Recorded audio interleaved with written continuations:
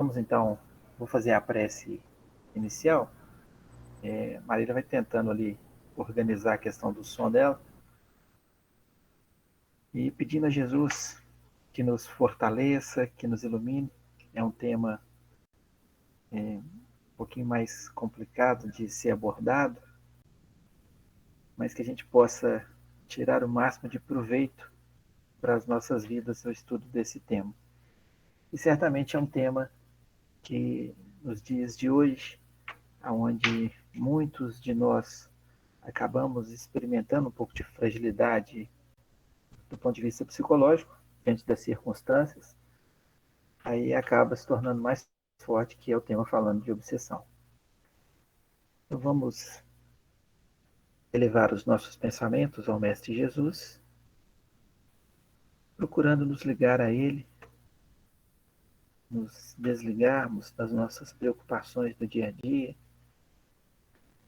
que muitas vezes funcionam como ideias persistentes, num princípio semelhante ao que vamos estudar hoje. Amigo Jesus, benfeitor maior de nossas vidas. Aqui nos encontramos novamente com a vossa permissão, nos preparando para darmos início a mais um estudo da noite de hoje.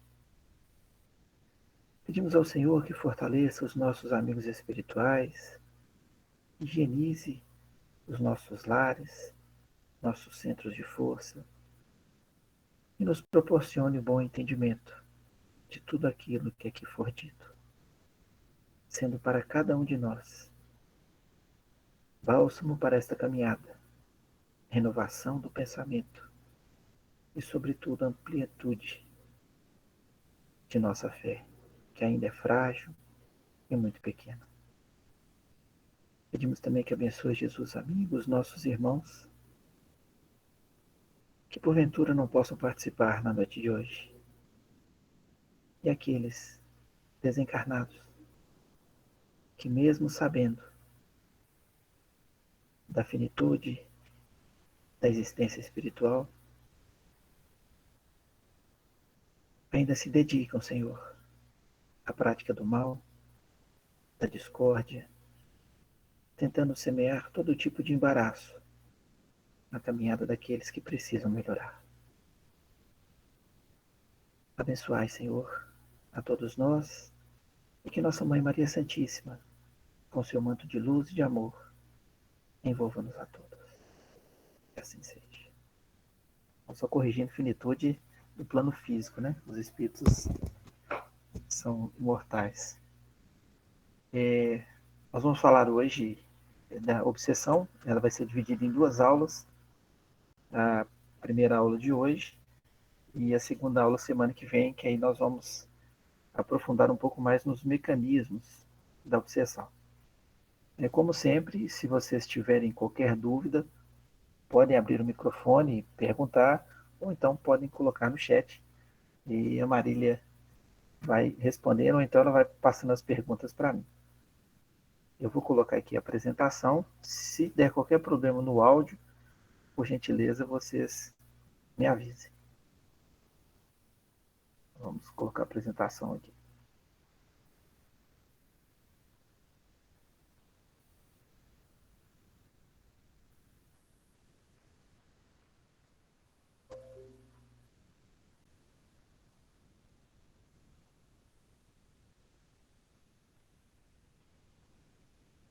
Bom, a partir de agora eu não estou vendo mais ninguém, porque eu não estou com o celular ligado, mas está todo mundo captando aí, tá direitinho? Então, aula de número 15, obsessão, parte 1. Tomamos como base as obras que a gente sempre faz a referência delas. Então, aqui nós temos, vou colocar o ponteiro aqui, o Livro dos Médiuns, que é o desdobramento do Livro dos Espíritos, é a parte específica que trata da mediunidade.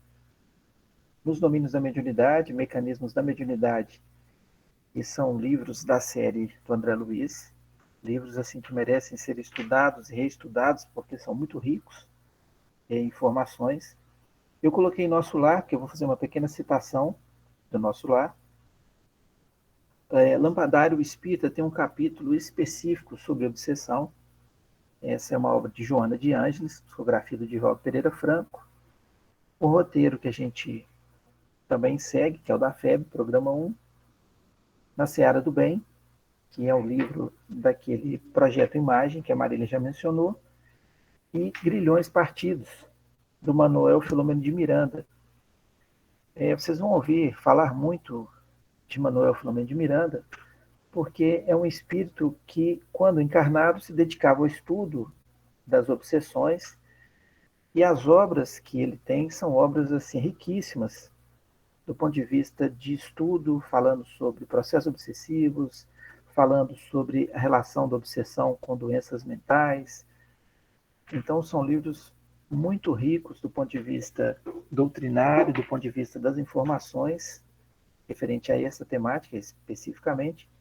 E esse aqui eu recomendo, Grilhões Partidos, é uma obra que realmente merece ser lida e relida. Estou tendo a impressão que não estão me ouvindo, mas está tudo certinho? Então vamos avançar aqui. Bom, o conceito de, de obsessão, essa parte aqui eu retirei do Lampadário Espírita, diz o seguinte: obsessão é o domínio que alguns espíritos logram adquirir sobre certas pessoas. Nunca é praticada senão por espíritos inferiores, que procuram dominar. Então, esse domínio que se tenta ter, vocês vão ver que não é só de desencarnado para encarnado. Né? Existe também esse domínio que vai acontecer de encarnado para desencarnado, que vai acontecer de encarnado para encarnado, e também acontece de desencarnado para desencarnado. E, obviamente, o domínio sempre é feito com o intuito de causar algum tipo de malefício. Muitas vezes essa ideia ela está presente ali naquela relação, quer dizer, faz isso já sabendo que vai causar algum malefício, ou algumas vezes faz de forma inconsciente, sem perceber que está ocasionando um malefício àquele que vai ser obsidiado. Aqui no segundo parágrafo, Joana de Ângeles fala que os bons espíritos nenhum constrangimento infligem. Aconselham, combatem a influência dos maus e, se não os ouvem, retiram-se. É o papel que os nossos mentores, é o papel que os nossos amigos espirituais exercem o tempo todo. Eles nos auxiliam, eles nos aconselham, eles torcem para que a gente faça sempre a melhor escolha, mas eles não interferem no nosso livre-arbítrio.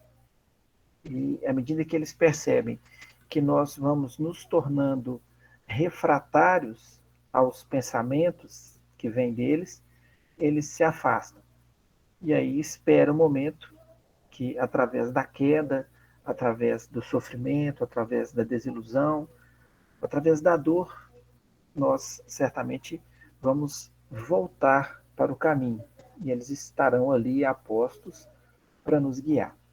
Isso às vezes é difícil para a gente compreender. É difícil compreender assim como que eles nos deixam passar por determinadas situações. Né? Alguns espíritos às vezes falam, não, como que Jesus deixou eu passar por aquilo?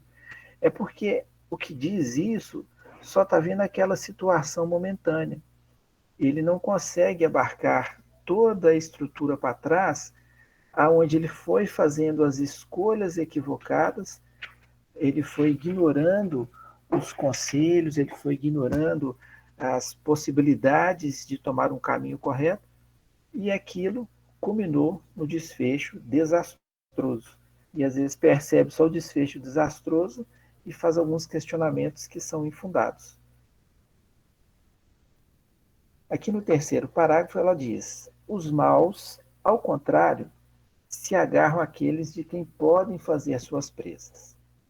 A obsessão é enfermidade espiritual de erradicação demorada E difícil, pois que muito mais depende do encarnado perseguido do que do desencarnado perseguidor. Já tem pergunta? Deixa eu só concluir isso aqui, você pode fazer pergunta. Isso é um ponto que a gente precisa realmente deter um pouco de raciocínio nessa frase final.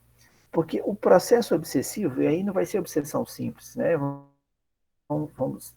Depois vocês vão entender a diferença dos processos obsessivos. Mas uma obsessão mais severa é algo que não se dá de um momento para o outro. Muitas vezes é algo que vem de muito tempo, às vezes de encarnações e encarnações. E para que aquilo seja erradicado, também é um processo que demora um pouco. E o trabalho que precisa ser feito é justamente daquele que está sendo obsidiado, que é a mudança da sua conduta, a mudança do seu pensamento, a mudança na sua forma de perceber a vida. Daí o fato de que quando uma pessoa que está obsidiada procura uma casa espírita, a terapêutica primeira é receber aquela pessoa no atendimento fraterno. Então, feito o acolhimento, percebendo o processo obsessivo, aquela pessoa é encaminhada para o tratamento de passes. Em paralelo, para o tratamento do evangelho, que é o mais importante. É assistir às reuniões, participar dos estudos, compreender a estrutura do evangelho e, com isso, mudar os seus pensamentos, mudar as suas atitudes, fechar as portas que permitem estabelecer sintonia com os pensamentos daquele irmão que está obsidiando e cuja intenção é causar mal por um processo de vingança. O que o passe faz? O passe vai desatar esses laços que foram estabelecidos perispiritualmente, vai promover a limpeza dos centros de força e a revitalização. Quer dizer, aquelas energias deletérias provenientes de uma mente desequilibrada que deseja a todo custo o processo de vingança, aquilo vai sendo dissipado com a terapêutica do passe. E aí, com isso, o processo vai se renovando, a pessoa vai se recuperando e o desencarnado vai percebendo que ele também pode ser ajudado. Ele vai permitindo que os irmãos que estão trabalhando possam envolvê-lo. E no desfecho maior, o encarnado melhora, segue o seu caminho de aprendizado, o desencarnado melhora e segue o seu caminho de espírito desencarnado, preparando para uma nova oportunidade. Esse trabalho ele não acontece num passe de mágica. Então, às vezes, tem pessoas que vão à casa espírita e ficam impacientes até mesmo para aguardar o passe. Alguns, não vou dizer que são muitos, mas alguns já estiveram na casa, ficaram muito inquietos na espera do passe e não voltaram depois. Porque talvez no entendimento deles, ou talvez ainda nessa ligação extensa com a entidade obsessora, não conseguiram entender a dinâmica da terapêutica libertadora que passa pela renovação do Evangelho. Marília falou que tem perguntas. A pergunta é se a obsessão é uma ação continuada. Vocês vão ver que nós temos tipos diferentes de obsessão. Sempre se dá por um pensamento persistente e contínuo. E é o que eu estou mostrando agora nessa imagem aqui. É a ação quase permanente de um espírito estranho, que faz com que a vítima seja induzida por uma necessidade incessante a agir nesse ou naquele sentido, a fazer tal ou qual coisa. Então, todo o processo, ele inicia de forma muito sutil. Então, é como se chegasse uma ideia na cabeça e aquela ideia ela é acalentada. Sendo acalentada, o espírito percebe que já existe uma certa sintonia com o que foi jogado na mente do encarnado. E à medida que o encarnado não ofereça resistência, e pelo contrário, à medida que ele até a grade daquelas ideias, esses laços vão se tornando cada vez mais fortes. E isso vai se dando em momentos de profundo desregramento.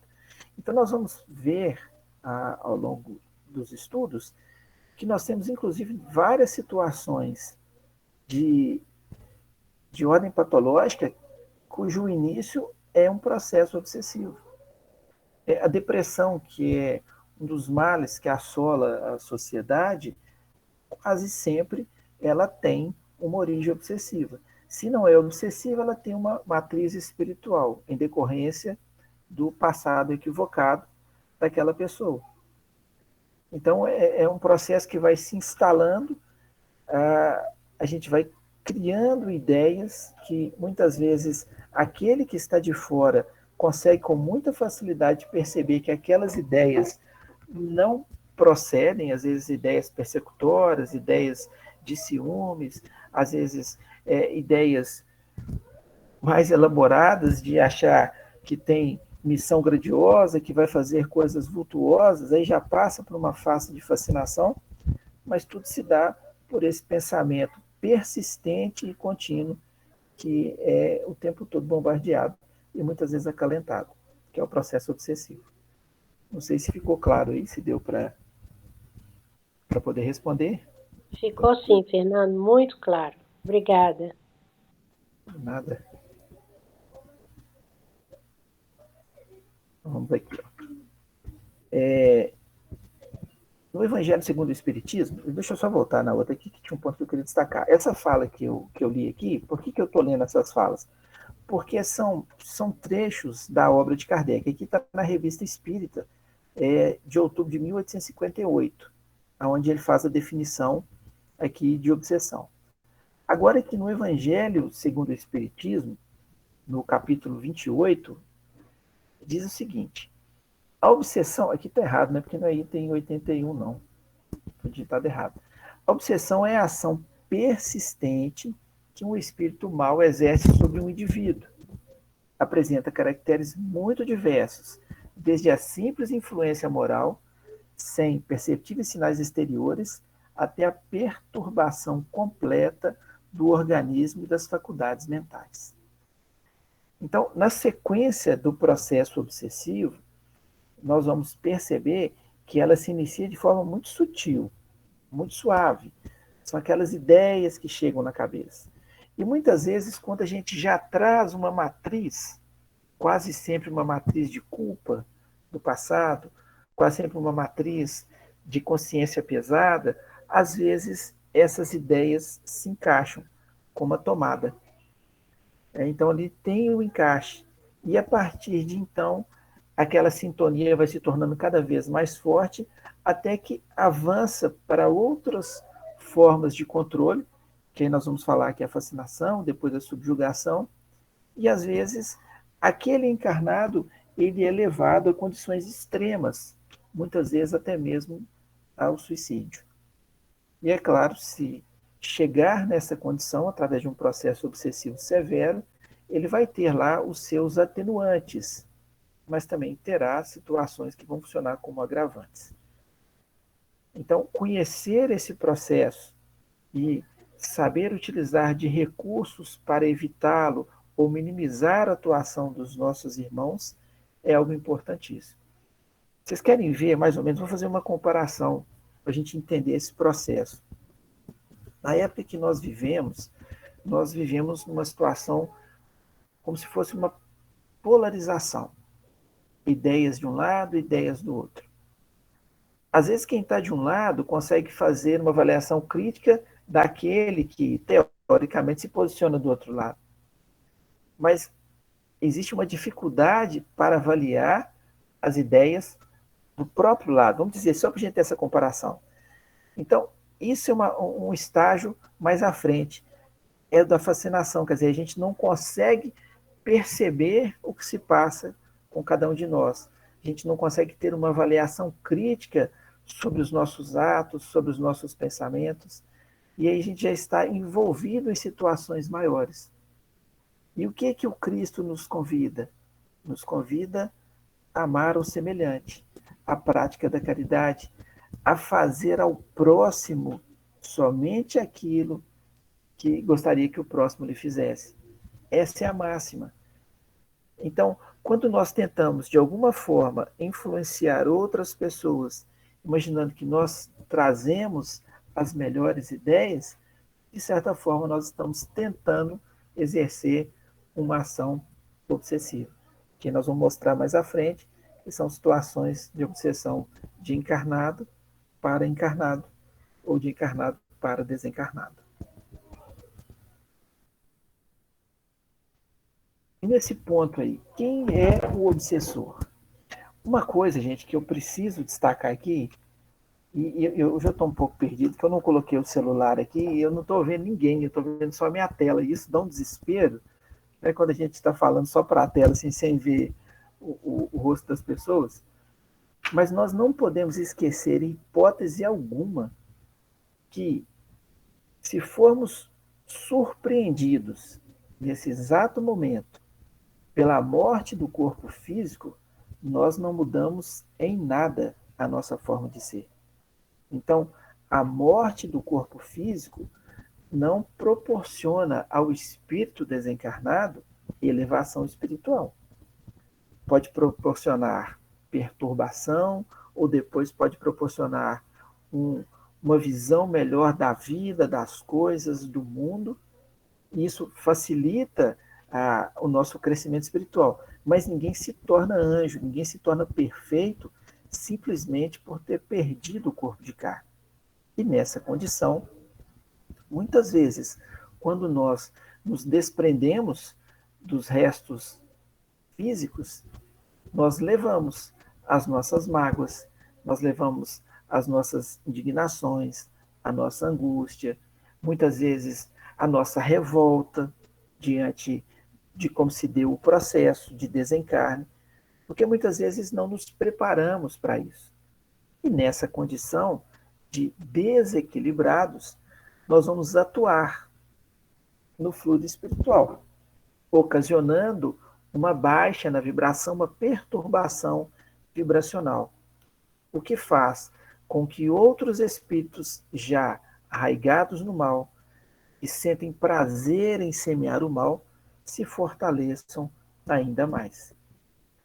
Então, é só para a gente poder entender, porque vocês vão ver aqui, em alguns casos que eu vou citar, que às vezes o processo obsessivo severo, ele se dá com aqueles que nos foram caros, que foram pessoas às quais tivemos afeto, que convivemos, mas que por deslize nós prejudicamos.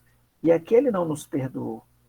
E se sentindo cada vez mais incomodado pelo fato de ter sido lesado por alguém que ele considerava, transforma todas as possibilidades de amor, de reconciliação, de crescimento espiritual em desejo de vingança, de desforra, de fazer com que aquele sofra como se o sofrimento ensinasse naquela condição. O sofrimento é importante quando ele nos leva ao despertamento, mas o castigo em si, ele quase sempre proporciona àquele que está sendo castigado o sentimento de revolta e não de compreensão. Tranquilo aí? Tem perguntas? Nenhuma? Vamos avançar aqui. Aqui eu só gostaria de destacar essa situação aqui de um obsessor. Voltando aqui, só eu voltei, perdão. Essa situação aqui ilustra o que eu disse anteriormente. A senhora que está aqui está adoentada. Nós temos aqui ao fundo espíritos desencarnados analisando o fato e toda a fragilidade orgânica dessa senhora aqui se dá pelo fato de um espírito desencarnado, empenhado em se vingar, está minando as energias dela. Então, a atuação fluídica se dá no perispírito da encarnada, intoxicando o perispírito, os centros de força, com energias deletérias, com desejo forte de vingar-se, na expectativa de levar o corpo físico à morte e, consequentemente, capturar o espírito aqui para que promova uma quantidade enorme de sofrimento. Então, esse aqui é o processo. E só para a gente poder pegar um gancho aqui, nós temos aqui 3 obras, é uma trilogia, não sei se dá para vocês verem, Nas Voragens do Pecado, eu não sei se está dando para enxergar direitinho, mas vou falar. O Cavaleiro de Numiers e o Drama da Bretanha. Essa trilogia é a participação da Ivone do Amaral Pereira, que é a médica que psicografou, nas suas existências passadas. Diga-se de passagem, foram desastrosas. As experiências começam lá no ano de 1500 e qualquer coisa, na noite de São Bartolomeu. E aí é um núcleo familiar que se compromete assustadoramente com mortes, com perseguições, com mentiras. E aí a bênção do Cristo, através da reencarnação, permite que muitos voltem numa nova oportunidade, vão se encontrar novamente na tentativa de refazer o que outrora não conseguiram, de minimizar a situação. Nessa segunda oportunidade relatada aqui na obra, a Ivone do Amaral Pereira, na personagem, eu esqueci o nome da personagem, ela é acolhida por um senhor, era o seu sogro, e era tratada como uma filha, né, com todo o carinho possível. Mas no final do processo, ela novamente trai o seu marido e se envolve com um outro homem. E o seu marido, não suportando essa situação e sofrendo um processo obsessivo de um espírito que ele, de certa forma, contribuiu para que suicidasse. Então, esse espírito ele ficou revoltado e atuava sobre o marido dela, levando-o também ao suicídio. Aí o seu sogro, que muito a amava, a partir de então, com a morte do seu filho querido, jurou vingança. E ao desencarnar, ao perder o corpo de carne, ele mantém firme os seus propósitos de vingança. E essa situação dura mais de 100 anos. Então, na outra obra, no final, vocês vão me perdoar, eu vou ter que dar um spoilerzinho para vocês aí, mas na outra obra, que é no Drama da Bretanha, ele acaba levando-a ao suicídio, num processo severo de obsessão. É claro que ela teve toda a assistência espiritual para que seguisse um outro caminho. Um membro da família mais evoluído reencarnou justamente para tentar minimizar a situação, mas todas as tentativas não deram certo, ela acabou optando pelo aprendizado mais difícil. Então, é um processo obsessivo que se passou não por adversários eternos, mas por aqueles que se amavam e, por circunstância das imperfeições marcadas por atritos, acabou indo para a desforra. E aí vira um ciclo vicioso. No caso dela foi interrompido, mas de outros, o desencarnado prejudica o encarnado, quando o encarnado vai para o plano espiritual, inverte o processo e fica dessa forma até que alguém resolve parar. Não, agora chega, vamos seguir a vida em paz. Gente, dúvidas aí? Dúvidas, Maria? Tem pergunta aqui. Deixa eu só pegar. Quando uma pessoa desencarna, por ação de um obsessor, ela é considerada suicida por ter dado abertura e permissão para que a influência daquele espírito acontecesse? O seu microfone está muito ruim, não entendi, foi nada. Pode falar de novo, fecha o microfone e fala a pergunta. Quando uma pessoa desencarna por ação de um obsessor, ela é considerada suicida por ter dado abertura e permissão para que lembra que eu disse para vocês que nessa situação existem atenuantes e agravantes. Então, se a pessoa é levada ao suicídio por indução de um obsessor, ela vai ter muitos atenuantes, porque dependendo do estado do processo obsessivo, por exemplo, se ela estiver subjugada, ela praticamente não vai conseguir evitar aquela ação. Então, aí vai ter o atenuante. E vai entrar como agravante toda a etapa que ela teve para trás, permitindo com que esse processo se instalasse.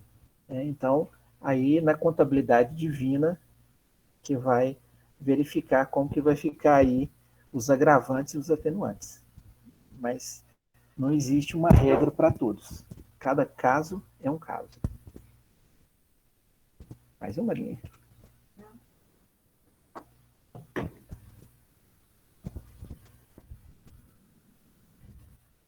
Bom, isso aqui já passei, né? Porque acontece a obsessão. Então, por débito de um espírito para com o outro, originado nesta ou em outra existência.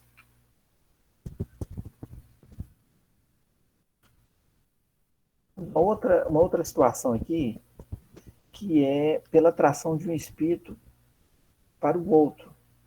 A questão da sintonia mental. Nós estudamos anteriormente e a gente tem falado muito sobre a questão da sintonia, sobre a questão do pensamento. Vamos imaginar o seguinte: nos dias que estamos vivendo, de pandemia, nós sabemos, na condição de espíritas, que o planeta passa por um momento de transição. Nós estamos saindo de uma faixa de mundo de provas e expiações e vamos avançar para o mundo de regeneração. Muitos irmãos não terão permissão para continuar estagiando nesse planeta, uma vez que eles não demonstram um desejo sincero de se melhorar. Então, a espiritualidade que já monitora todos nós desde sempre, percebe aqueles que realmente têm condições de avançar, de melhorar, e aqueles que vão ter que estagiar em outros mundos, até que eles despertem. E nesses dias somos bombardeados por pensamentos de temor, de insegurança, de apreensão. Às vezes, para uns é um sofrimento muito grande ficar dentro do lar, talvez se sentindo presos, tolhidos daquilo que poderiam fazer, daquilo que faziam, às vezes em contato com outros irmãos que têm dificuldade, processos mais complexos. Alguns padecem violência de ordem física, de ordem psicológica. Então, são várias as situações que vão minando o psiquismo de todos nós. Aonde o convite deveria ser para que, nesse instante, procurássemos cada vez mais manter a nossa mente vinculada a Jesus, aos amigos espirituais, porque é a fonte pura de energia e vai nos abastecer, não vai nos tirar das dificuldades, mas vai nos auxiliar a passar pelas dificuldades com mais tranquilidade, com mais coragem, com mais perseverança.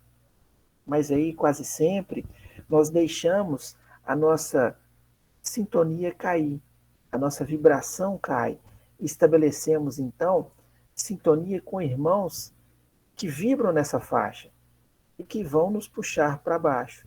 Então, aquilo que é um padrão normal, ligado à faixa vibracional destes irmãos, se torna muito mais difícil, se torna muito mais pesado, se torna muito mais perturbador. Então, é como se fosse aquelas fantasias que às vezes nós criamos de imaginarmos que vão acontecer várias coisas, que aí não tem jeito. A gente esquece de que Jesus está sempre no comando, sempre esteve.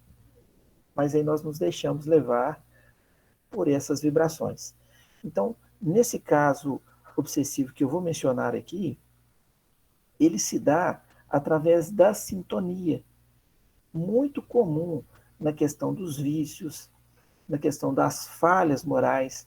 Aí nós podemos dizer do alcoolismo, da maledicência, da crueldade, da ambição, do sexo desregrado, do desejo de poder, de mentira, de querer ter cada vez mais. Então, são várias situações que demonstram vícios ou falhas morais que, obviamente, vão estabelecer sintonia com mentes afins. E como que eles percebem isso? Eles percebem isso através das formas de pensamento. Porque tudo aquilo que nós pensamos, ele é plasmado ao nosso redor. É impregnado no fluido espiritual. São os pensamentos, que obviamente são captados. Então, no plano físico, muitas vezes, nós conseguimos enganar as pessoas que estão à nossa volta, mascarar os nossos sentimentos. Isso na psicologia humanista a gente chama de congruência. Então, às vezes tem um sujeito que chega, ele está com a cara derrubada e tal, aí você pergunta assim, como é que você está? Não, eu estou bem. Tal. Quer dizer, ele está sendo incongruente. Ele diz uma coisa e demonstra outra pela sua feição. Então, às vezes aqui lá, o outro, estou muito animado, estou animado demais. Então, às vezes, ele fala uma coisa, mas a demonstração é outra. No plano espiritual é impossível fazer isso, porque a leitura que se faz está fazendo as nossas emanações, daquilo que nós estamos projetando ao nosso entorno. Então, não tem jeito, é identificado. E aí, então, nós temos uma situação aqui, eu não sei se o Luiz está por aí, mas essa é inédita, viu, Luiz? Essa daí eu não tinha, não. É inédita. Mas como que funciona esse processo aqui? A moça, ela está bebendo, e pelo olhar dela aqui, já dá para ver que ela não está apenas na quarta cerveja, já deve ter passado disso tudo. Mas, de certa forma, ela está sendo induzida por esse espírito aqui desencarnado, que também sentia prazer, quando encarnado, em utilizar o álcool. Como eu disse em reuniões passadas, ele, na condição de desencarnado, ele não consegue sorver as vibrações do álcool. Ele consegue sorver as vibrações do encarnado, que se mistura ali no ectoplasma, que é aquela energia animalizada. Então, quando a moça e o moço ingerem o álcool, essa substância será emanada no ectoplasma, na vibração animalizada que vai ser desprendida, e aí o espírito, sorvendo isso, ele sente os mesmos prazeres. Então, em linhas gerais, para que o espírito desencarnado mantenha o seu vício, é necessário que ele incentive os encarnados a beber. Então, daí, o aumento, é claro que tem também a pegada orgânica do organismo, mas eu estou falando da parte espiritual.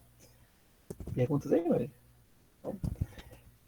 Então, o que ele faz? Ele incentiva, é como se ela fosse um copo pelo qual ele consegue beber. E aqui o desenho está sendo generoso, porque só tem um. Mas quase sempre são muitos que disputam os encarnados. Principalmente quando existe utilização de drogas ilícitas. Então, quando tem uso da cocaína, da maconha, do crack e de outras mais aí. Eles são disputados. E aí, quem já trabalhou com dependentes químicos, a gente vê a dificuldade que é para poder reverter o quadro. Por quê? Porque não é só uma estrutura de dependência física e psicológica. Existe também uma situação muito grave, que é a condição espiritual. Então, aqui, só mostrando. Então, é um processo obsessivo que vai se dando aos poucos. Aos poucos, e aquilo, quando vai tomando o corpo, aí já vai ficando uma situação muito difícil de voltar ao normal. Tranquilo até aí?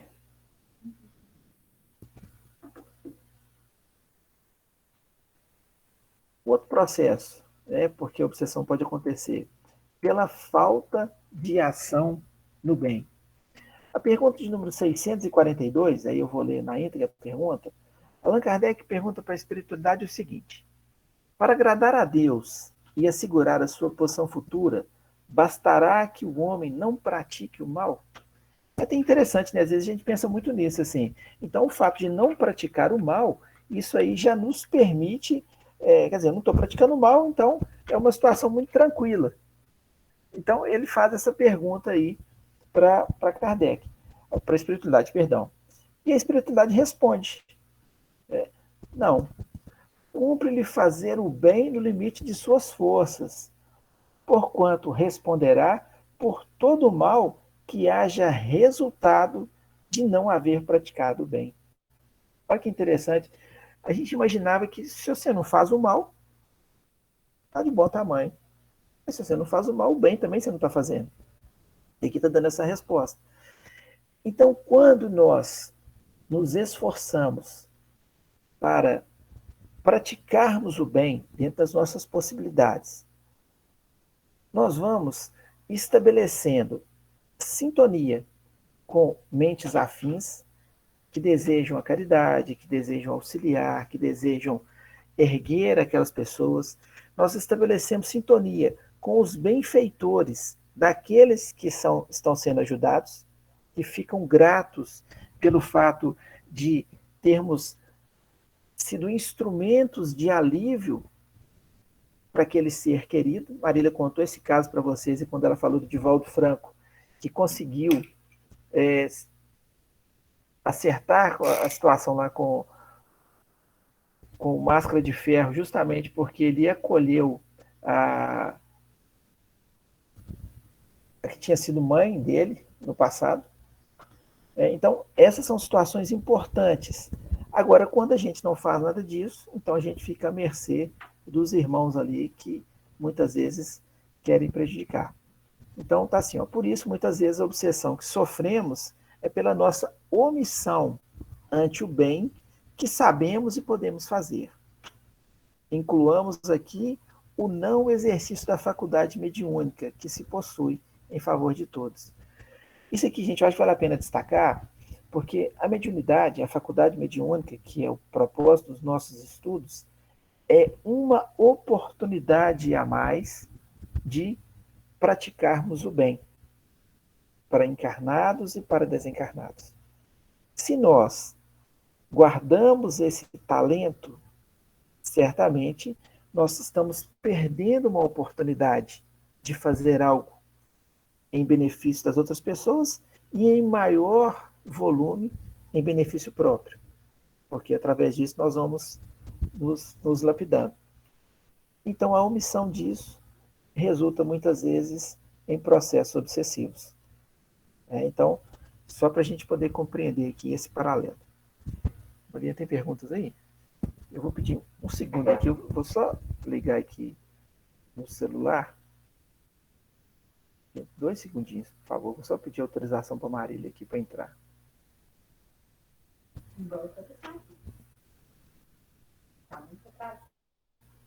Atrasado, né?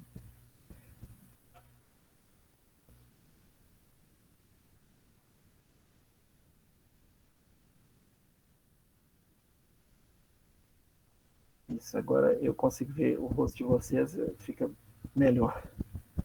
Vamos avançar aqui. Perguntas? Processo obsessivo um pouquinho mais severo. E uma coisa que vocês vão perceber é que todos nós já sentimos o início de um processo obsessivo, na obsessão simples. É o chamado encosto. É o nome, encosto, porque encosta mesmo na gente. São espíritos que estão passando por dificuldade, espíritos que, como eu disse outras vezes, que não sabem que desencarnaram, estão confusos, e eles se aproximam de nós.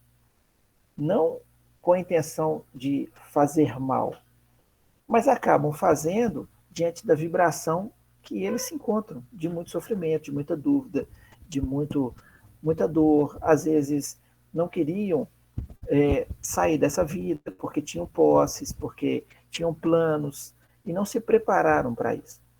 Então nós, principalmente aqueles que têm a mediunidade mais desenvolvida, e se não tiver a devida preparação, acabam sentindo essa influência, o que vai ocasionar muitas vezes um estado depressivo.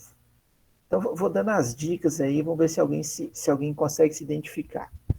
Isso é muito comum no desenvolvimento da mediunidade. Então, o que a gente sente nesse desenvolvimento? é como se de repente você começasse a perder muita energia. Então você fica desanimado de fazer as coisas, mas desanimado mesmo. Você pensa assim, nossa, eu tenho que fazer aquilo, mas não estou com disposição para fazer aquilo. E aí vai te dando uma sonolência, aí você tem vontade de dormir.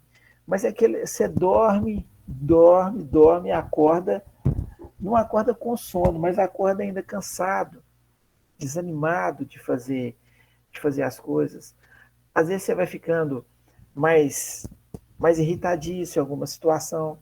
Mas o que marca mesmo é uma situação de perda de energia, que às vezes aquilo, se avançado, vai para um processo real de depressão, e se não tratado devidamente, aquilo pode chegar realmente a situações mais complicadas. Mas não porque o espírito queria fazer aquilo, mas pela vibração que ele se encontra. E em contato com o encarnado, ele acaba tendo um pouco de alívio para as suas dores. Por quê? Porque ele está em contato com a nossa vibração animalizada, do corpo de carne, esse nosso ectoplasma, o que acaba suavizando um pouco o sofrimento dele, que é como se ele percebesse um pouco a sensação de que tinha no corpo físico. Então daí a utilização do termo encosto, as crianças quando vão benzer lá, espinhela caída e assim por diante. Nada que uma prece sentida e verdadeira não resolva. Se a prece em si ali não resolver, a assistência na casa espírita, o trabalho, o passe e principalmente a caridade. Então, os médios que começam a se preparar, eles percebem que isso acontece com muita frequência. O espírito aproxima, ele é ajudado, vai encaminhado e ele segue com a vida dele. Então, só para a gente ter um pouquinho dessa ideia. Alguém se identificou aí com a narração?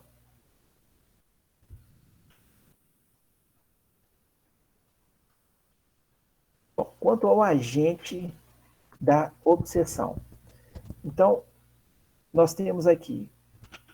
Eu perdi o horário até 9 horas, né, Marília? Nós temos aqui, ó, de desencarnado para encarnado. É o processo mais corriqueiro. O espírito desencarnado, ele vai obsidiar o encarnado. O encarnado não vê, não percebe, o espírito se encontra à espreita o tempo todo, mas ele terá ação quando se estabelece uma sintonia com a queda da nossa vibração. Então, se o encarnado mantém-se num padrão de trabalho em benefício do próximo, se ele mantém num padrão de busca de uma moral equilibrada, se encontra vinculado a uma religião, buscando de forma verdadeira vivenciar os ensinamentos, se esse encarnado procura trabalhar a todo instante a sua reforma, a sua mudança interior, ele certamente não será alcançado pelo desencarnado, porque ele se mantém num patamar mais elevado. E mais, às vezes ele pode até inspirar o desencarnado a também se modificar. Porque se é um processo de vingança, o desencarnado, ao observá-lo o tempo todo, e aí a gente volta lá na história do Divaldo, que foram perseguições assim, de séculos, ele percebe que aquele encarnado não é o mesmo lá do passado. Não é o mesmo que cometeu os crimes atrozes, que fez as coisas que fez. Ele mudou. E se ele mudou, o desencarnado também pode mudar. E aí, então, ele abre essa brecha para que os amigos espirituais possam auxiliar no processo. Agora, se o encarnado mantém a conduta equivocada, a moral baixa, adora prejudicar as pessoas, é maledicente e faz uma série de outras coisas que não são dignas daqueles que seguem o Cristo, certamente a sintonia está estabelecida. E aí as complicações vão se dar a curto, médio e longo prazo. Gente, não tem pergunta nenhuma, então vocês não estão entendendo nada, não é possível. Você está usando qual áudio?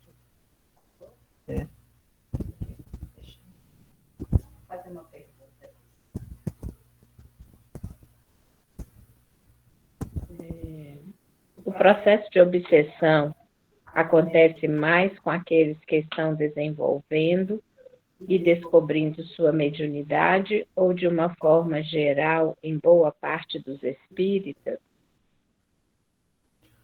Olha, o processo obsessivo, ele ocorre em todas as pessoas, em maior ou menor grau. Aquele que tem mediunidade, ele acaba sentindo um pouco mais estes efeitos, porque a sua sensibilidade, a sua percepção da atuação do plano espiritual é maior. Mas, em contrapartida, ele também consegue se precaver e consegue ajudar o irmão. Então, por exemplo, eu não acredito em vida pós-morte. Se eu não acredito em vida pós-morte, eu não acredito em nenhuma influência que venha de espíritos, porque os espíritos não existem. Então, qualquer coisa que aconteça, aquilo é proveniente do corpo.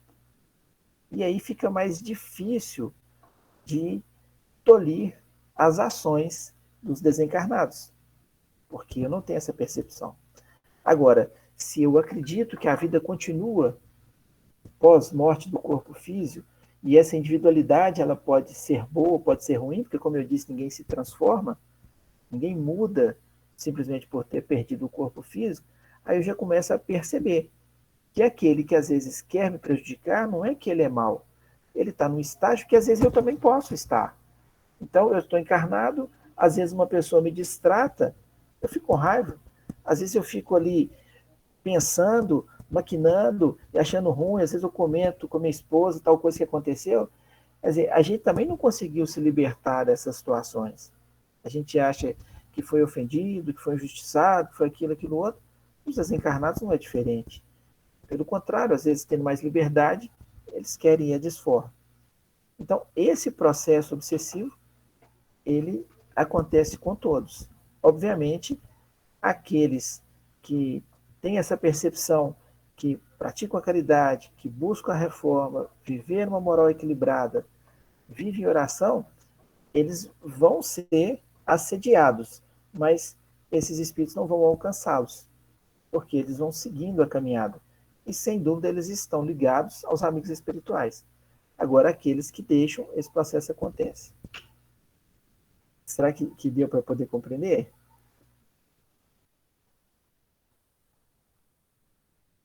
Então, tem dois casos aqui que eu vou citar, para vocês poderem, talvez, compreender um pouco melhor isso aqui. Eu vou falar da obsessão entre encarnado para desencarnado. Olha para você ver, encarnado para desencarnado. Em nosso lar, tem uma situação em que André Luiz está lá nas câmaras de retificação, acompanhando o trabalho. Se eu errar na história aí, eu não vou perder a essência, não. Vocês me ajudam depois. E aí, fazendo lá o relato do irmão, alguém comentou: olha, o irmão tal está piorando muito. Então, tinha um irmão lá na enfermaria, desencarnado, estava piorando muito. E aí, então, quem estava acompanhando o André Luiz, o responsável, eu não sei se era o médico Henrique de Luna, eu já não me recordo mais, mas ele disse o seguinte, que o irmão que ele estava piorando porque ele estava recebendo as vibrações dos seus familiares. Olha para vocês verem, o familiar não queria prejudicar o irmão, não diretamente, mas qual era o posicionamento daqueles encarnados? Por que que você morreu? Como se ele tivesse controle sobre isso. Por que que foi? Você não podia ter ido agora, você não podia ter me deixado aqui, você não podia ter feito isso. Então, quer dizer, esses pensamentos de angústia dos que ficaram era uma bomba para aquele que estava buscando a sua recuperação. Então, sem ter a intenção, os encarnados acabam obsidiando, acabam causando prejuízo ao desencarnado pelos seus pensamentos. Então, em vez de envolvê-lo com oração, de olha, fica tranquilo, nós estamos aqui, nós estamos pelejando aqui, mas nós não estamos separados para sempre. Nós vamos nos reunir novamente. Então, esse é um pensamento que para o desencarnado é um lenitivo. Funciona como uma situação apaziguadora. Mas se é o contrário, causa problema. Então, o que, que o Henrique de Luna prescreveu para melhorar a condição do desencarnado? Ele pediu para que os encarnados tivessem aumentado a dose de preocupações. Então, mandar uma série de problemas e preocupações para os encarnados, para que, ocupados então com esses afazeres do dia a dia, esquecesse um pouco o irmão que estava em nosso lar, que precisava de se recuperar. Então, para a gente poder entender aí o mecanismo da providência divina, para poder auxiliar a ambos. Perguntas? Um comentário. A obsessão não é problema só dos espíritas. Qualquer pessoa, independente da religião ou credo, está sujeita a ela, não é? Isso. E é onde a gente consegue ver isso com, assim, em grande quantidade, de forma bem democrática, são nos hospitais psiquiátricos. Então, muitos irmãos que estão lá já num processo mais severo de fontes realmente de processos obsessivos. E como eu disse, se provém de um lar que descrê dessa atuação ou de formação religiosa que não compreende essa situação, torna-se mais difícil. Então imagina, por exemplo, um membro de uma outra religião evangélica, que aí tem uma mediunidade, começa a dizer que está vendo vultos, está ouvindo vozes e etc. Aquilo vai ser interpretado, talvez, por aqueles mais radicais, como coisas demoníacas, e ali, dependendo de quem fizer o acolhimento para o tratamento, aí acha que está passando por problemas realmente de esquizofrenia ou outra situação qualquer, são internados. Então, nós temos vários processos assim. Então, não tem religião, acaba cometendo a todos. Tem mais? Não? Tem eu coloquei caso de uma reunião mediúnica, foi uma situação muito interessante. Há muitos anos atrás, numa reunião mediúnica que participávamos, então a dinâmica da reunião de desobsessão, a gente leva o nome da pessoa a ser assistida com o endereço, e aí o mentor, então, quando chega o momento, a gente faz a leitura do nome da pessoa, do endereço, o mentor faz a visita à casa para o tratamento, se tiver alguma entidade que precisa ser socorrida, ela é trazida, aí o médium dá passividade para ela, passa pela doutrinação, se precisar volta outras vezes, até ser encaminhado. E eu lembro que uma senhora, ela foi tratada nessa reunião, ela estava tendo uns problemas de comportamento, e foi mais ou menos umas 3 reuniões, e o espírito que ali estava, ele estava realmente num processo querendo causar um certo problema para aquela senhora, mas ele foi socorrido e ele foi encaminhado. E aí não passou muito tempo, aquela senhora voltou a ter os problemas. E aí nós pedimos novamente. E aí o espírito compareceu. E para nossa surpresa e para aprendizado, eu sempre trago esse exemplo dessa parte dessa obsessão, ele falou só o seguinte, falou assim, olha, pede para aquela senhora mudar o comportamento e parar de gritar como ela faz, porque quando ela faz isso, é como se ela me atraísse. Ele falou assim, eu fui atraído para o lado dela. Então, é claro que eles deviam ter alguma afinidade, inclusive, por laços afetivos. Mas a queixa dele ficou muito marcante, porque ali ele disse assim que ela, com a conduta que ela estava desenvolvendo, e era uma conduta de desequilíbrio, mas não era mais proveniente de uma ação obsessiva, era uma conduta dela. Ela estava atraindo aquele espírito, e ele falou, eu não quero ficar junto dela.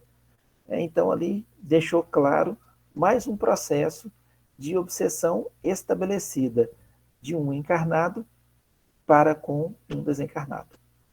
Aí temos outros aí na literatura, mas eu acho que só esses dois já deu para a gente poder fazer essa distinção.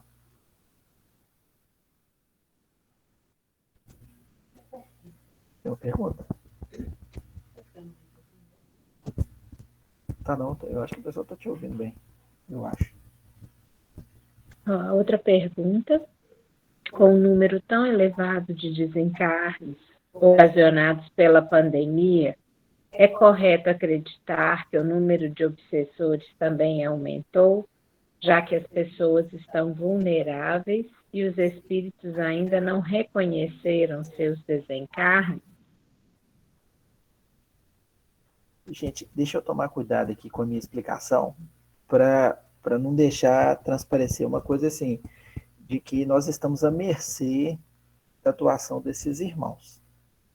Nós temos que lembrar o seguinte: tudo passa por uma programação.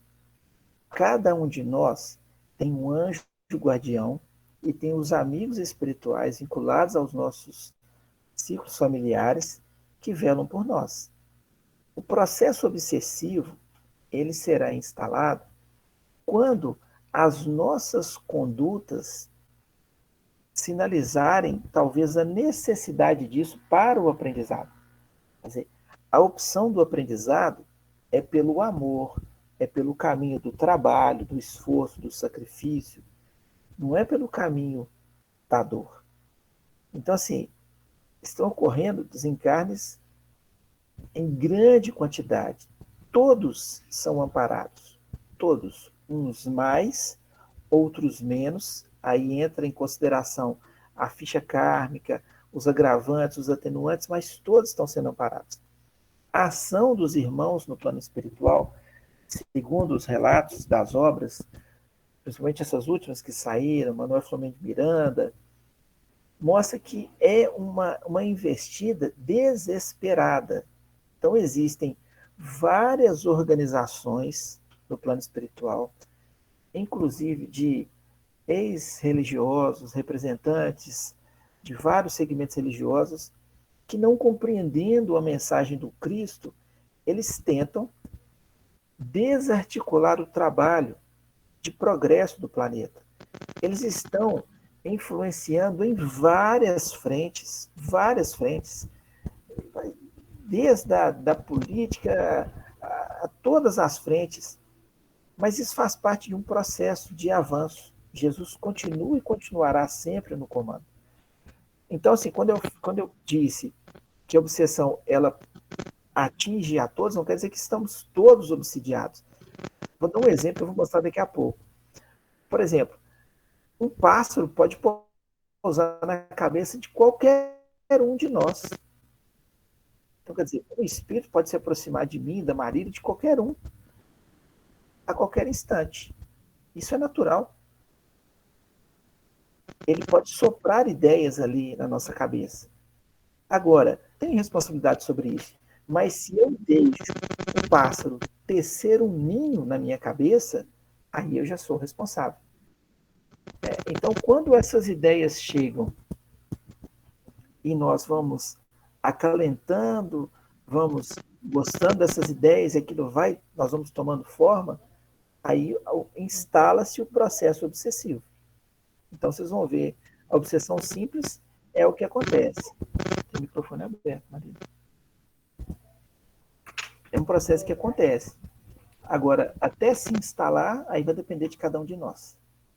Então, eu só queria apagar, talvez, a ideia que eu tenha passado, equivocado, de que estamos todos obsidiados. Não, nós temos contato o tempo todo com os espíritos. Mas se eles vão nos influenciar ou não, por maior ou menor tempo, isso vai depender de cada um de nós. Então, são aquelas preocupações, aquelas ideias que você tem, aqueles temores que você... eu não dormi essa noite preocupado. Você consegue mudar alguma coisa no dia seguinte pela sua preocupação? Se você estava dormindo pensando em estratégias, tudo bem. Mas se você não dormiu porque você está preocupado com uma coisa que pode acontecer, aí você já não está agindo de forma correta. Porque a coisa pode acontecer, mas pode não acontecer também. Então, são essas situações que às vezes a gente tem que pensar. Recentemente mesmo, tive a oportunidade de acompanhar uma situação, uma pessoa que quer fazer uma coisa que todo mundo entende que não é benéfico nesse momento. Mas eu acho que até se Jesus viesse e falasse para ela que aquilo não era benéfico, não tinha jeito, porque ela quer fazer. Então, quer dizer, está escolhendo um caminho que pode ser que dê tudo certo, mas existe possibilidade grande de dar errado. Então, são situações que às vezes a gente acaba fazendo mau uso do livre-arbítrio, apesar de toda a gama de situações e pessoas que envolvem dizendo o contrário. Isso cai mais por um grau de obsessão, que nós vamos falar daqui a pouquinho, que é a fascinação.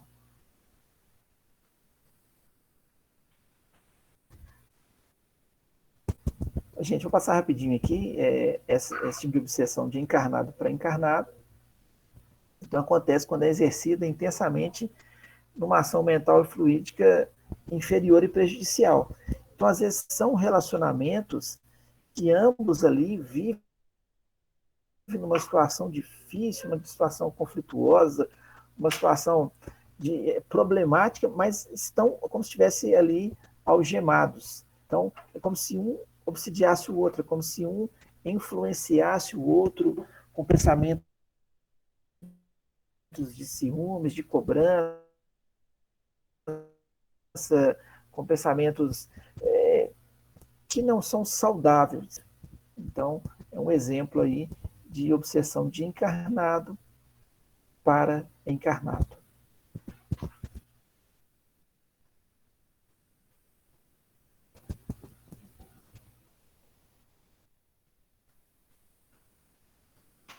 Eu estou apanhando um pouquinho aqui no computador aqui, mas tá tudo bem?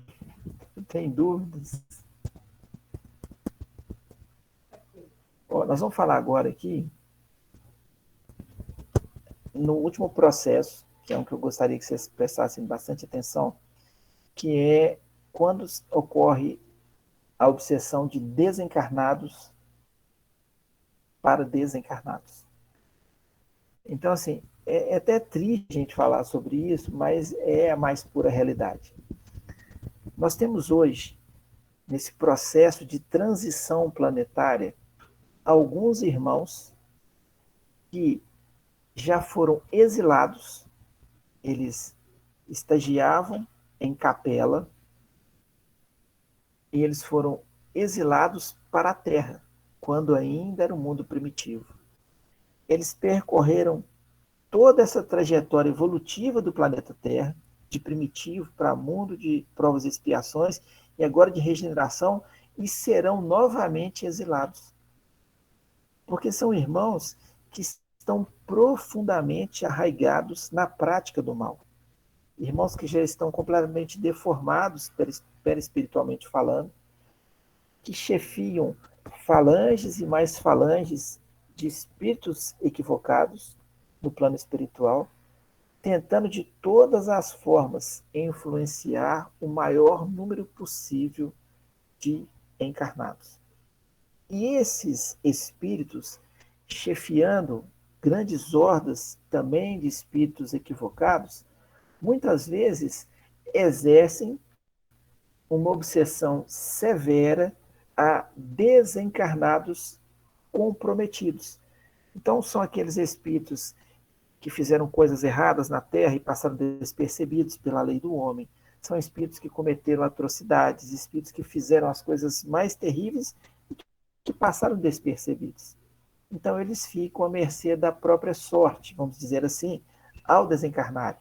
São capturados por essas hordas que muitas vezes fazem com eles processos de hipnose, transformando-os em feras. Então, aqui eu estou mostrando como se na forma de um lobo, o processo de zoantropia, ou então situações em que o espírito deforma de tal forma que ele assuma a forma de um ovoide. É como se fosse uma usina geradora de vibrações deletérias. Alguns que suicidam acabam passando por esse processo, aqueles que são malfeitores declarados. Então, tem uma gama infinita de espíritos que são capturados por outros desencarnados e ali eles são conduzidos a esses processos. E, às vezes, eles servem para processos obsessivos. Então, um espírito, ele quer prejudicar determinada pessoa, só que ele não vai, ele encaminha um de seus servos, vamos dizer assim, para aquele processo.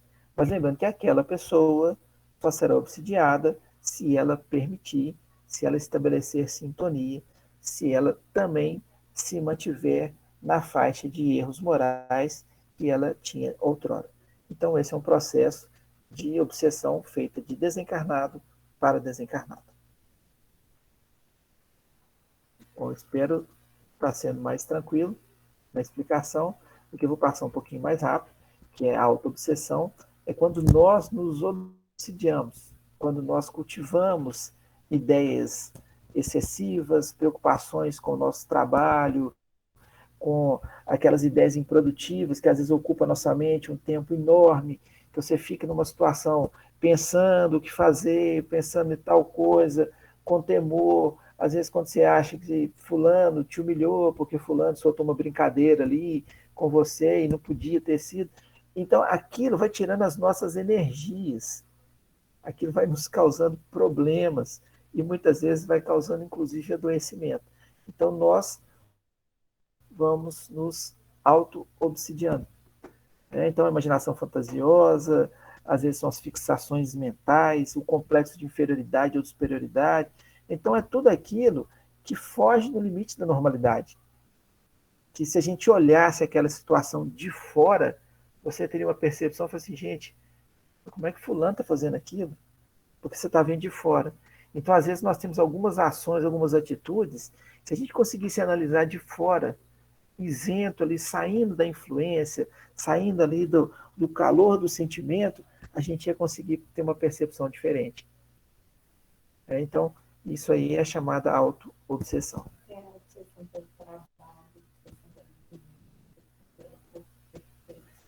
A Maria está citando aqui, nessa auto-obsessão, que é a obsessão pelo corpo perfeito, a obsessão pelo dinheiro, quer dizer, eu já tenho, mas aquilo ainda não é o suficiente, eu preciso ter mais, porque eu vou precisar lá na frente. Obsessão ali, às vezes, pela arrumação, pelas coisas todas perfeitas, se alguma coisa sai do lugar, aquilo nos causa um sofrimento danado. Então, tem várias atitudes que tiram a nossa paz. Então, imagine só, você está numa situação tranquila, você está em paz, aí você inventa algo para poder fazer, você sabe que não vai acrescentar nada, nem para você, nem para as outras pessoas. Porque se você está em paz e inventa algo para acrescentar algo para outras pessoas, vai para a campanha do quilo, vai fazer assistência, isso aí não tem problema, isso é ótimo, né? Porque você está gerando, através da caridade, benefícios para outras pessoas. Mas não vai gerar nem para você, nem para o outro, você vai gerar só dor de cabeça. E aí você está encasquetado naquilo, que aquilo ali tem que ser feito. É uma ideia obsessiva. Quer dizer, ela não vai te trazer benefícios nenhum na condição de espírito imortal. Uma pergunta se o complexo de culpa quadra,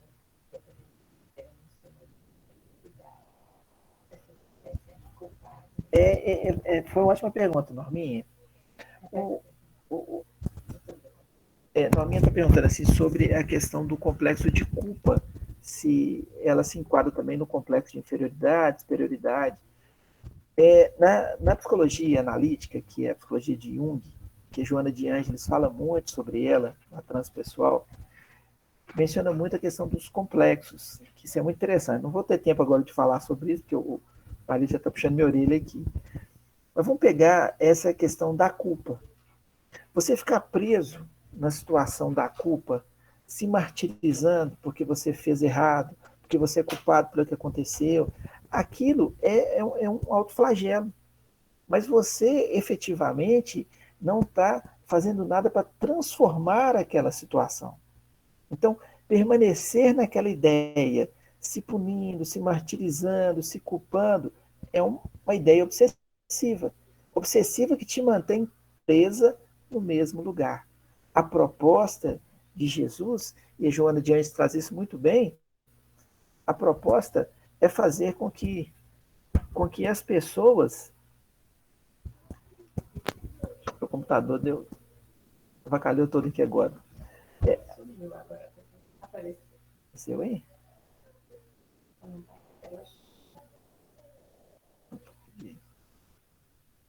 Peraí, normalmente, eu já.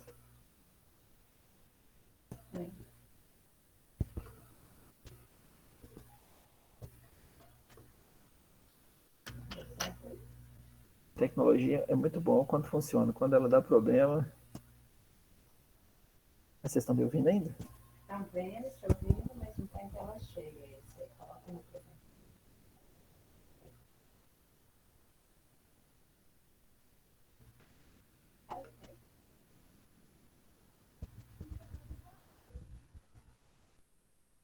Estou voltando aqui, desculpa. Então, permanecer nessa ideia de culpa, se penalizando, você não vai transformar nada. Então, é canalizar essa energia, sair do processo auto-obsessivo e fazer a transformação com o que precisa ser feito.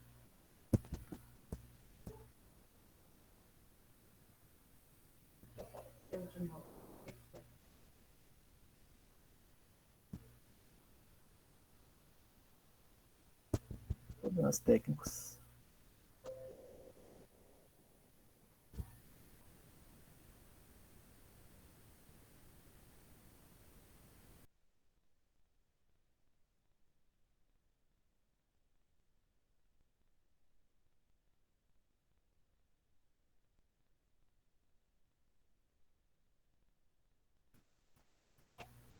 Só um minutinho, viu, gente? Que deu um problema ali no computador do Fernando.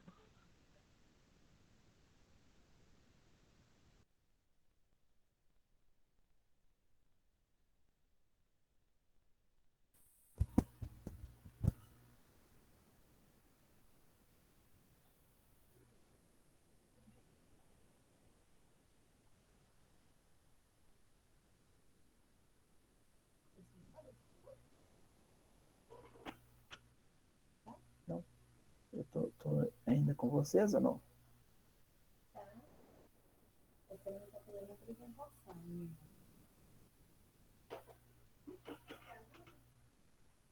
Você tem que colocar a apresentação. Explica que seu layout é diferente. Olha isso aqui, ó. Vai apresentar agora. Olha inteiro.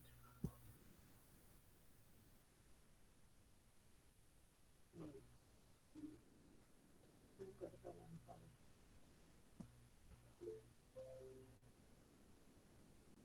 Olha na sua apresentação.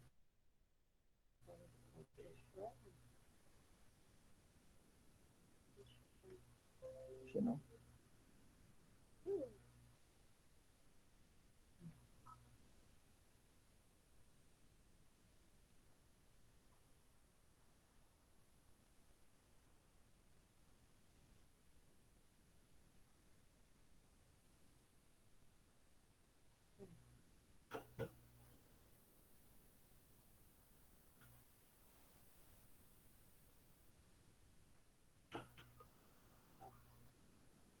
Gente, eu voltei.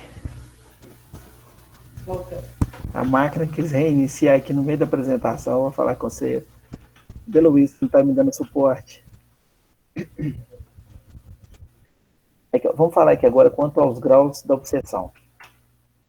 Então, a obsessão simples, foi até que eu disse aí, o exemplo do pássaro, eu quis colocar essa foto aqui para poder mostrar. O nome já fala, ela é simples, é uma aproximação que os espíritos fazem, espíritos em sofrimento, aproximam de cada um de nós. Isso é muito comum no início do desenvolvimento mediúnico, que a gente sente mais essa presença, a gente sente a diferença vibracional, sente que está um pouco diferente, que ali você vai ficando mais sem energia, vai ficando mais desanimado, vai ficando mais pessimista. Mas isso, quando você compreende, você fala, não, mas isso não é meu, não estava desse jeito. Aí você recorre o quê? A prece. Recorre à prece para você inverter o processo, pedindo ajuda para o irmão. E não pede para que o irmão seja banido, retirado, pede para que ele seja acolhido, para que ele seja ajudado. É uma oportunidade de servir. Então, é o pássaro que pousa na cabeça. Agora, deixar que ele faça um ninho, aí já é diferente. Nós estamos permitindo isso. Então, o processo obsessivo se instala com a nossa permissão.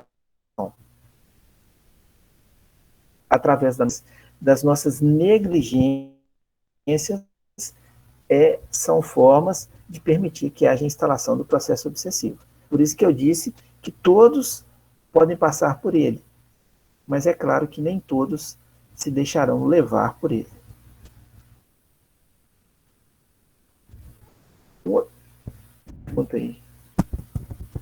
Um outro processo, que eu vou responder as perguntas, só para não poder finalizar essa parte, é chamada fascinação.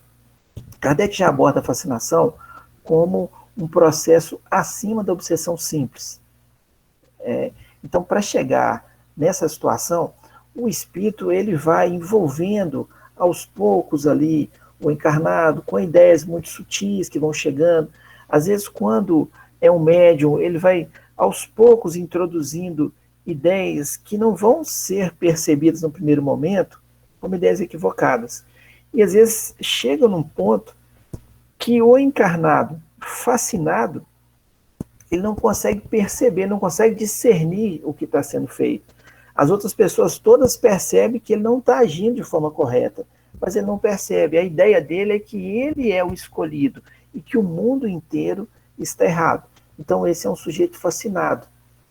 Então é semelhante com esse daqui, ó, que ele está com óculos e não consegue enxergar. Então, lá na Revista Espírita, Kardec fala que a fascinação é uma espécie de ilusão, ora produzida pela ação direta de um espírito estranho, ora por seus raciocínios capciosos. Ilusão que altera o senso moral, falseia o julgamento e faz tomar o mal pelo bem. Então, tem algumas situações que são muito grosseiras. Dá para perceber facilmente que é um processo de fascinação. Tem outras que já são mais sutis.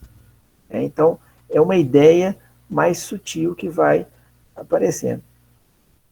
Então, essa aí é a questão. Tem a pergunta, Maria? Vou mostrar para vocês aqui, por exemplo, não tem crítica nenhuma, só coloquei essa foto para poder mostrar um exemplo. É uma típica situação de fascinação, que talvez case até com alguma situação de ordem mental. Mas o sujeito imaginasse que é Jesus. Quer dizer, está fascinado com algumas coisas. E mais fascinado ainda são aqueles que às vezes seguem.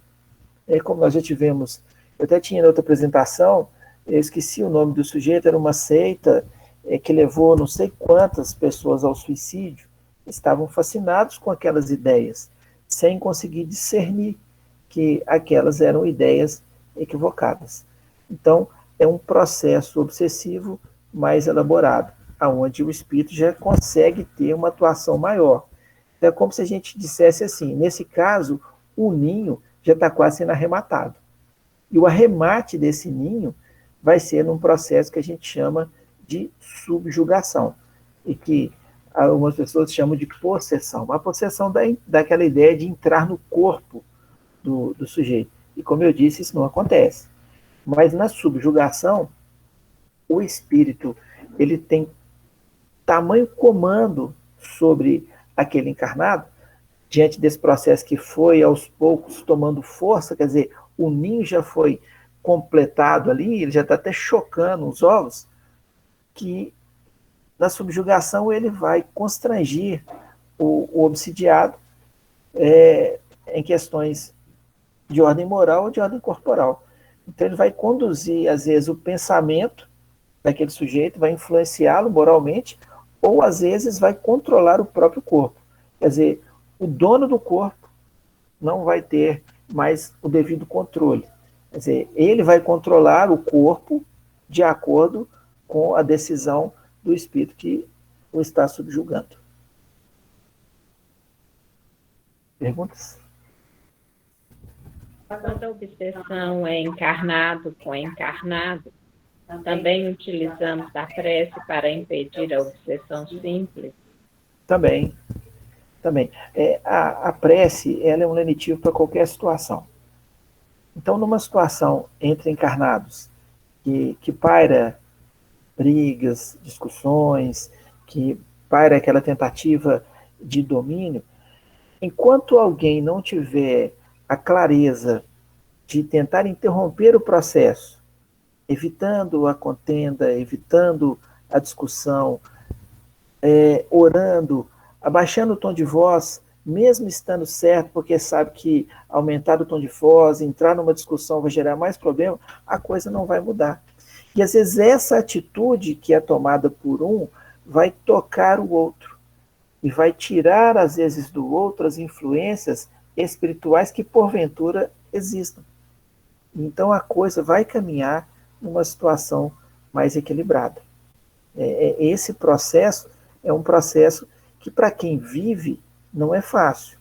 Né? Então, imagina uma situação onde tenha desavenças, etc. Não é fácil, mas ele precisa ser rompido.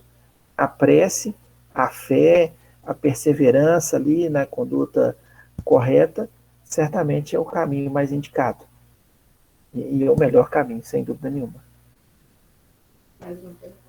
Pode fazer. Era muito comum a realização de exorcismos, pois acreditavam que havia um demônio no corpo daquela pessoa. Nesse caso, a pessoa cometida estava em um processo de subjugação, por isso a perda de controle sobre seu corpo. O processo aí é de subjugação, que aí chamavam-se de possessão. No livro dos médiuns, eu não vou me recordar onde, Allan Kardec diz que os espíritos eles se divertem com, no caso aí, do exorcismo, né, de mantras, de falas e etc. Quem vai conseguir neutralizar a influência desses espíritos, independente de ser de outra religião, é aquele que tenha uma ascendência moral sobre o espírito. Então, aquele que de fato tem uma ascendência moral, pelo seu viver, pelo seu comportamento diário, ele vai acompanhado de outros espíritos que vão auxiliar no processo. Eu vou citar um exemplo para vocês aqui, acho que nem todo mundo conheceu, seu Pedro Tourinho. Seu Pedro Tourinho é uma simpatia, dirigente do Silva Jardim, cabeça branquinha e tal. E teve uma situação, eu não presenciei essa situação não, e me recordo de alguns fragmentos, de um sujeito que estava num processo quase que de subjugação, e o pessoal estava tentando de todo jeito fazer com que o espírito saísse ali daquele processo. Né? Se fosse para outras frentes religiosas, seria realmente um processo de possessão. Seu Petorinho, rapidamente, através do passe e da sua conduta moral, conseguiu neutralizar e afastar o espírito. Por quê? Porque com a fé, juntamente com o trabalho que fazia a vivência do evangelho, ele chega ali e a sua vibração, obviamente, muito superior à daquele espírito, ele desata ali os laços, a espiritualidade que o acompanhava, resolveu todo esse processo.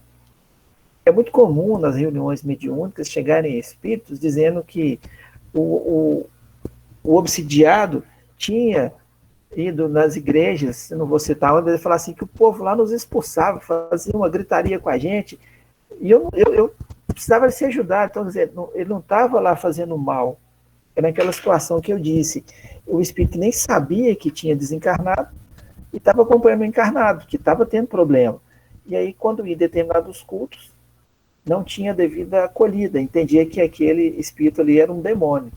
Não é, gente, é um filho de Deus como nós, numa situação difícil. E aí que vem a necessidade do acolhimento. A mediunidade serve para isso. Faltam 2 minutos. Como eu vou seguir na aula que vem na temática parecida, eu vou parar aqui então na subjugação e eu dou sequência por ela. E aí eu vou falando dos outros efeitos da obsessão. Peço desculpas a vocês se eu estou com uma máquina nova aqui que está tentando reiniciar. E aí a gente perde um pouco a concentração com esse tipo de coisa. Mas espero que não tenha sido maçante a aula de hoje. A fala é um tema que, como eu disse, é um tema mais espinhoso, né, de se falar. Se tiver alguma pergunta, nós ainda temos alguns minutinhos. Só tirar a apresentação aqui.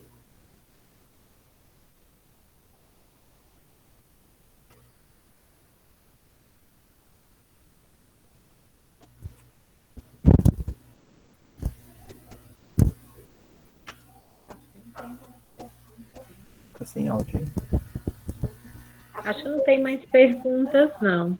Ninguém colocou nada no chat. Se alguém quiser abrir microfone para fazer alguma pergunta ou algum comentário, ainda temos 1 minuto.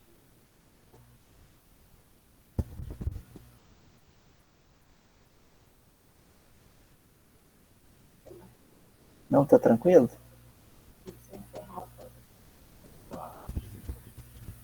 Aí então, vou fazer o encerramento. Se tiverem dúvidas, na semana que vem nós vamos continuar falando dessa temática, só que agora entrando um pouquinho mais em detalhes, falando de como evitar, falando do processo como se dá. Eu pretendo mostrar mais alguns casos. Então, mas se tiverem dúvidas, vocês podem ir formulando as perguntas, como a Anelisa faz. Ela passa a semana toda formulando pergunta. E aí no dia, lá no final, ela fala assim: agora eu vou deixar esse expositor aí apertado. Então vocês podem fazer as perguntas. Vamos fazer a prece? Ou melhor, alguém gostaria de fazer a prece? Norminha, Luiz. A Luiz está hoje não? Eu sei, gente, que por uma questão de educação, um fica dando uma vez para o outro fazer a prece, né? Mas então ninguém habilita, eu vou fazer. Então são todos muito educados. Vamos fazer a prece então, agradecendo a Jesus a oportunidade. E eu convido a vocês que ao longo da prece, que possamos vibrar pelos nossos irmãos, esses que ainda estão sofrendo, esses irmãos que ainda, de forma equivocada, sentem prazer na prática do mal, sentem prazer nos processos de vingança, que eles possam despertar enquanto é tempo. Jesus, benfeitor e amigo, com muita alegria, Senhor, elevamos a Ti novamente os nossos pensamentos, em agradecimento pelas bênçãos, em agradecimento pela oportunidade do estudo, em agradecimento porque o estudo, apesar dos percalços, chegou ao final. Pedimos pelos nossos irmãos que sofrem. Pedimos por aqueles, Senhor, que de todas as formas tentam desarticular o vosso trabalho, embaraçar a jornada daqueles que com muita dificuldade conquistaram a oportunidade de uma nova experiência. Abençoai-os, Mestre. Acolhei-os junto a Ti e junto à nossa Mãe Maria Santíssima, porque são amados, são nossos irmãos e filhos de nosso Pai. Abençoe-os também os encarnados, que receberam a oportunidade bendita de mais uma existência. Aonde estiverem, que aproveitem, que não se deixem levar pela sedução do mundo, do poder, das coisas transitórias, mas pelo contrário, que mantenham sempre o propósito de servir a vossa causa, que é alicerçada no amor e na caridade. Os vossos tarefeiros, que de forma incansável se encontram às frentes de socorro, principalmente nos hospitais, onde temos um grande número de desencarnes nessa situação de pandemia. Que sejam fortalecidos, Mestre, cada vez mais. E que as falanges de luz e de amor se fortaleçam na vossa bondade e no vosso exemplo. E que o Senhor possa envolver-nos a todos, agora e sempre. Assim seja. Gente, obrigado pela paciência.